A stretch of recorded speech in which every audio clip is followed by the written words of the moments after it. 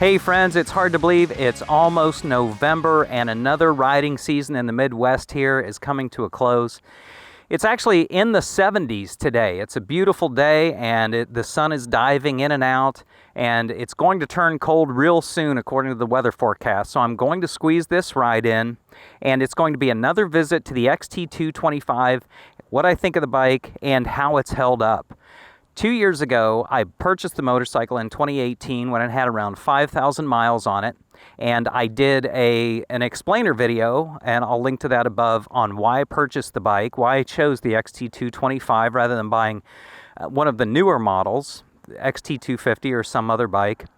Then a year ago, I did a one-year review on the motorcycle, just explained what we had been through, what I thought of the bike, and now it's time, a year later, close to 15,000 miles. How has the bike held up, and how is it doing for me at this point? Viewers of this channel know that I use the motorcycle as a true dual sport. I'll ride 100 miles to a trailhead at 65 to 70 miles an hour. I'll ride trails on it all day long and then ride that 100 miles back home. So I don't feel I abuse the motorcycle, but I do feel that I use it to the full extent that Yamaha intended. It gets taken care of, but it isn't necessarily babied. It's worth mentioning that I recently added this Slipstreamer Spitfire windshield that I had on another motorcycle. I really like what it does for the smaller bikes, this one included. And I have also added a small smartphone holder up here, and I wired up a little USB charger onto the handlebars. So it's a little bit cluttered on the handlebars right now. Still sorting that all out, but I love what it's providing, especially for this fall riding as the weather turns. So let's hop on board, take it for a ride, and I'll talk about the last year in the life of the XT225.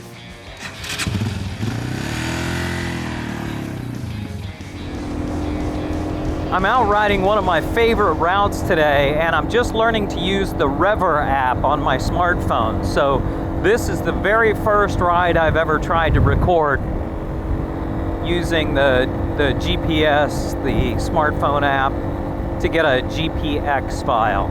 So hopefully I can share this ride with other people. We'll see. And the real point of today's video is to talk about I think the reliability of the bike mainly. In past videos, I've talked about why I bought it, why I like it, and I'll kind of sum up the video at the end with that and where I stand on it after my personal 10,000 miles on it and 2 years of ownership. And I have a little cheat sheet here to tell me what to talk about, because a lot of little detail here. This is going to be, I'm not going to take a super deep dive into each thing, but I'm going to mention all the things that I've done to work on the bike in the time that I've had it. And I don't really know. I'd be interested to hear what you think when I'm done with the video. Does this sound like a lot? Does it sound like not a lot? And I've categorized these things into different categories. There's routine maintenance, then there are little fixes, and I've put those into 3 different levels. The lowest level being what I call no big deal, simple fix, doesn't take any money, all the way up to number 4 level that I thankfully don't have anything to talk about on number 4, but that I would call the catastrophic failure level. The bike has never failed on me in the field.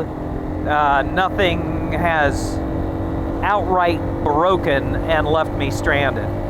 Good thing. So as far as the routine maintenance to start with, I've probably mentioned before, I use Mobil 1 synthetic oil, 10W40, and I've been changing it every couple thousand miles.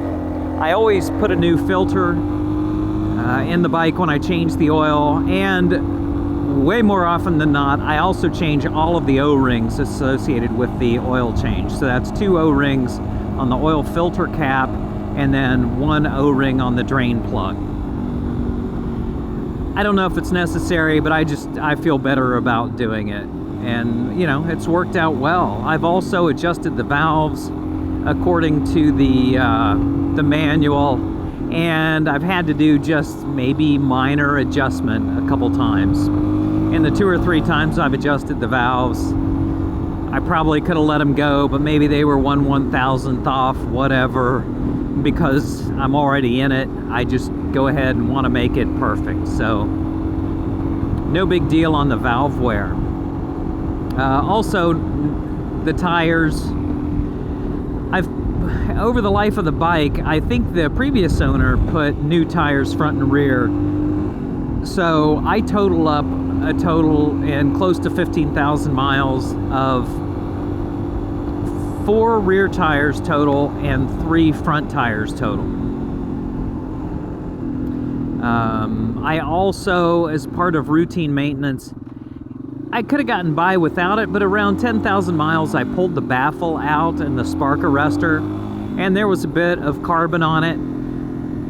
Nothing to slow the bike down from buildup of carbon, but it also looked like it was, you know, it was time. It definitely helped to clean it off. So I would say if you have not done that yet, and you've got a number of miles on your bike, go ahead, pull that baffle out and clean the spark arrestor off. When it comes to those level 1 fixes I talked about, the no big deal, the simple fixes, there have been 2 occasions in my ownership of the motorcycle where it didn't want to take the throttle. It would idle okay, but then when I would give it gas, it would stumble, but then it would clear out.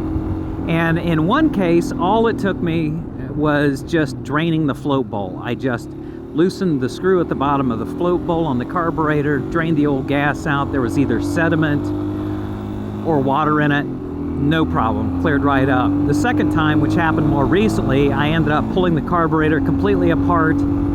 I didn't see conclusively what was causing it, but cleaned it out, put it back together, also cleaned the air box out and the petcock, just went over things, and it runs great again. So I guess something got in the carburetor there. And really, I think over the life of the bike, that happening to me just twice, that's pretty much to be expected in a carbureted motorcycle. At some point, you're gonna have to do a little maintenance of some sort, I feel. Other no big deal fixes, the cowls here on the side of the gas tank. I got some new boots, some Alpenstars, and when I was wearing my Alpenstar boots along with my Fox Dual Sport pants, there was kind of a pointy edge on the back of the cowl there on each side that was catching my clothes, and it was wasn't good. It was really hindering my ride. Okay, road closed. Let's see what we got. So anyway, just bending those back into shape, heating them up just lightly with a hair dryer, fully fixed everything. Okay, I think we're good here. No worries. So the cowls, just watch that. If your boots, your pants are hanging up on them, just give them a little bend, and they seem to be retaining the new shape, the better shape, just fine. Another little fix that I haven't actually fixed was the heat shield vibrated off the motorcycle. It vibrated, it broke one of the mounts on the heat shield, one of the 2 mounts, so it was rattling, and I've just decided to pull it off, and rather than tack weld that one little mount back on it, I'm just going to take the other mount off, and I like the looks of the black muffler better than with the chrome heat shield on it. I just don't know why you need chrome on a dirt bike, so I'll do that at some point and hit it with some high temp paint. So that's something to watch, might happen to your bike. Another little easy fix was the ignition switch came loose once. It was rattling around. Turns out one of the screws came completely out of it. There are 2 mounting screws, and the other one got loose. So I just took a couple of screws I had on hand, put some blue Loctite on them, and then tightened that ignition switch back up, and it's been working just fine ever since. So that's the super easy nothing fixes. Then when it comes to the next level, I'm calling that a few dollars. So the next level of fixes kind of take either a couple of bucks to fix, or a little more time involved, or maybe a little more problem solving. And the first one of those I'm going to mention is valve cover seals, the O-rings on the valve covers. Every time you adjust the valves, you should go ahead and throw new O-rings in it. It's a known weak point that sometimes happens. You get leakage there, and I talked about that a little bit in an earlier video, but spend a couple bucks on a couple O-rings and replace those when you check the valves. I'll also mention the starter motor seal. There's a known issue if you see leakage oil around the front of the starter motor. I'm trying to remember a specific turn here. No outlet, that makes it easy. If you see oil leakage around the starter motor, then go ahead and pull that motor out and fix the seal on it. I've also replaced front and rear wheel bearings probably around 10,000 miles just as part of a routine tire change. Go ahead, swap those out.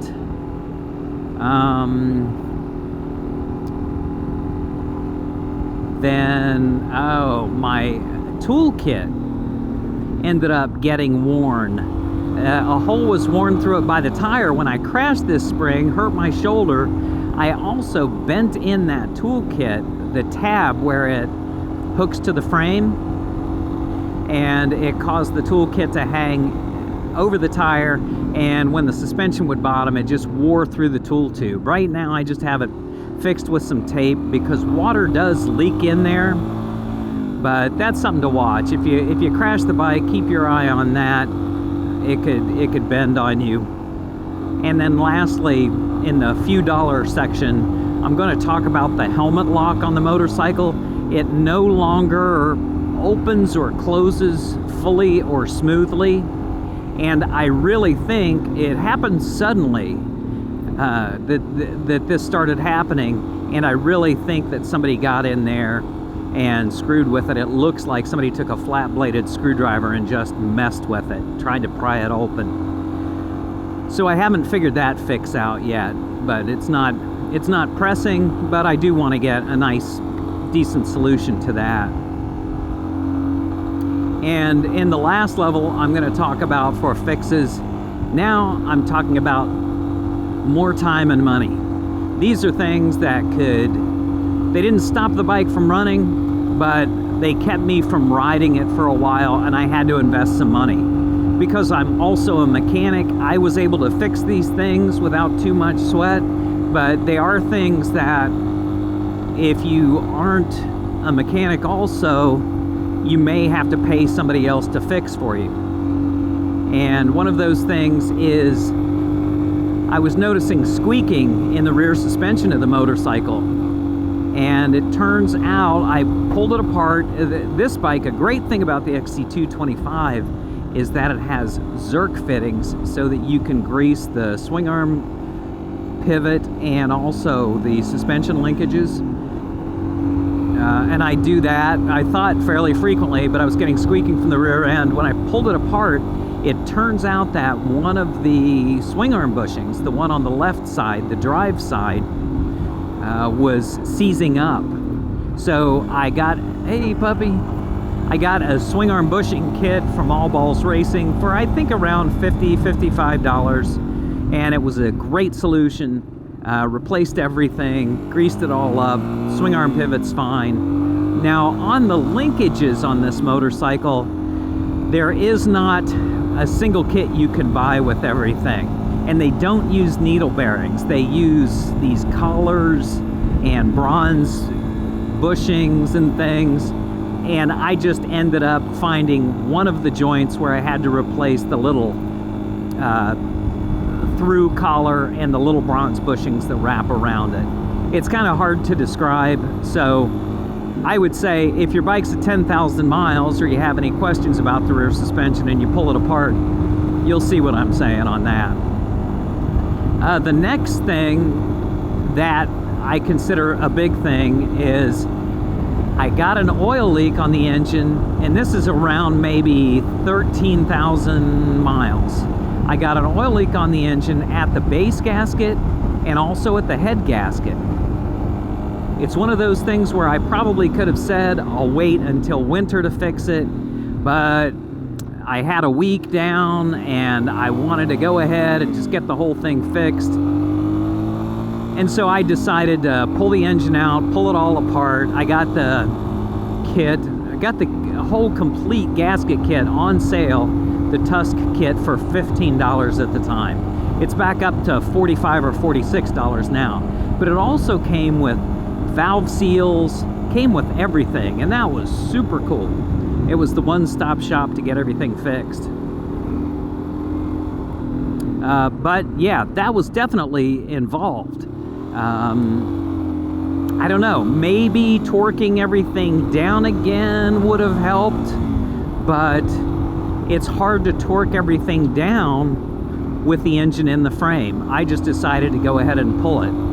Good news here is once I pulled everything apart and looked at it, there was carbon buildup, yes, nothing terrible for the amount of mileage on the bike, and I was really happy that there were no big signs of wear on anything. Piston, rings, cylinder walls, cam, all of that stuff, it looked really good. It made me feel like the Mobil 1 is really doing its job. And then lastly, the most recent thing I've worked on the bike was the front rim cracked on me. I had a situation where I was riding with the Kenda K270 front tire I've talked about, and I'm not crazy about the fact that it's a 2-ply front tire, and I actually aired the tire down, something I had never done with it before. I was riding on some more challenging trails, and at the end of the day, I found out that the front rim had cracked. This bike has good DID rims on it. It's not like they're crap rims or they're prone to cracking, but I think that combination of the lightweight tire aired down, it was just time. And so I had an extra hub, I had another rim, I had spokes, I had these things. I went ahead, laced up a new front wheel, really took my time, really got it true. And then I went ahead and I put on a different front tire. Went back to a Chengshin, sorry, I say that all the time, a Shinko 244 front tire. My last 2.75 by 21 Shinko front tire was a 4-ply. This one is a 6-ply, so it's really a heavy tire for this motorcycle. The carcass is heavy. It's probably a stiffer sidewall than is ideally recommended, but I'm okay with the whole thing because now I know that front tire is just bomb-proof. It should be good. I'm not going to air the thing down too much. Just gonna ride it and depend on that 6-ply durability to keep everything in good shape. Wow, I think that's it. And I know that was a lot of stuff to go through. I don't know how much time I've been talking. That was a lot of detail, a lot of things. If you get a motorcycle, you're gonna have to work on it. And like I started out in this video saying, I don't feel like I abuse this bike at all, but I do ride it to its potential sometimes. I do push it on the street a bit. I do take it off-road.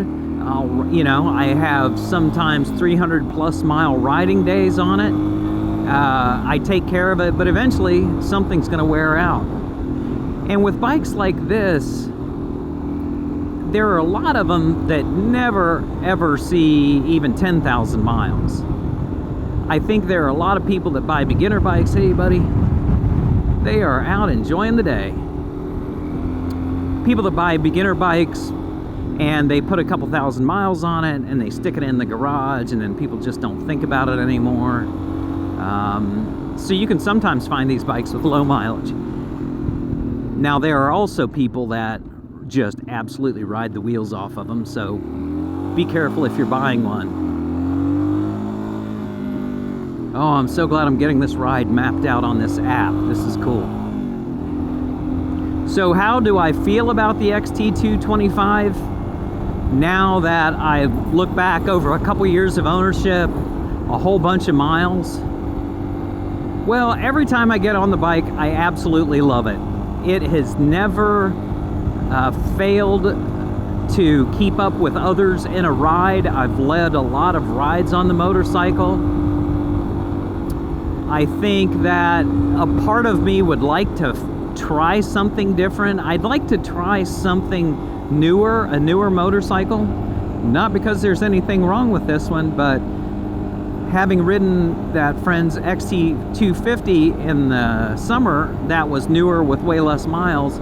There's just something about that tight feeling of a new motorcycle in all respects, from the engine to the suspension to everything, even to the seat.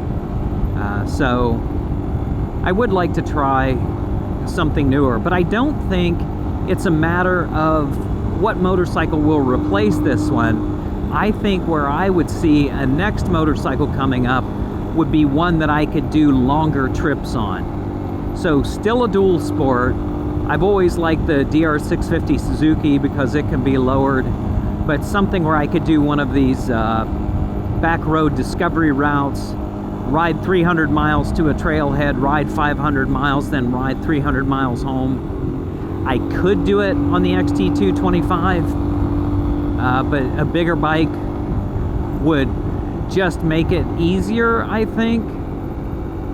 And now that I've said that, it makes me think of a really good point about this motorcycle. When I am riding by myself, I honestly want for absolutely nothing else.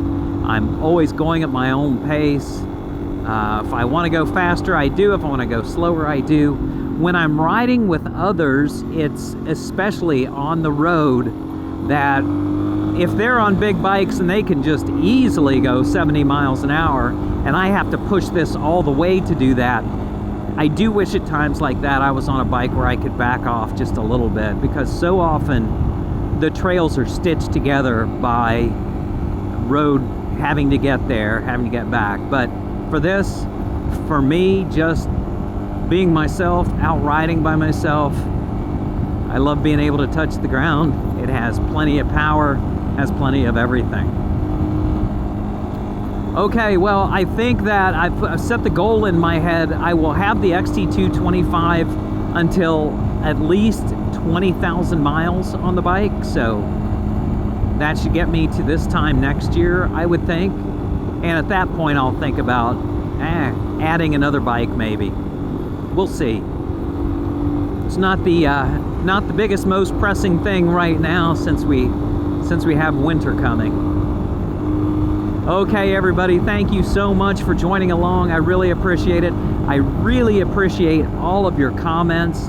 We have such good commentary going, and everybody just adds so much to it when they chime in about their personal experiences or opinions with bikes like this or similar ones, or just anything you have to share. So thank you so much for that. And once the channel hit 1,000 subscribers, man, it has been steadily climbing. My goal is to try and get a couple more videos out for you this year before winter fully takes over, so let's see how that works out. Till then, I'm gonna try and ride when I can. I hope you do the same, and please, when we do, let's all ride safe. Hey, thank you so much for watching this video. If you enjoyed it, please do give it a like, and I hope you'll consider subscribing for future riding and wrenching videos. Ride safe.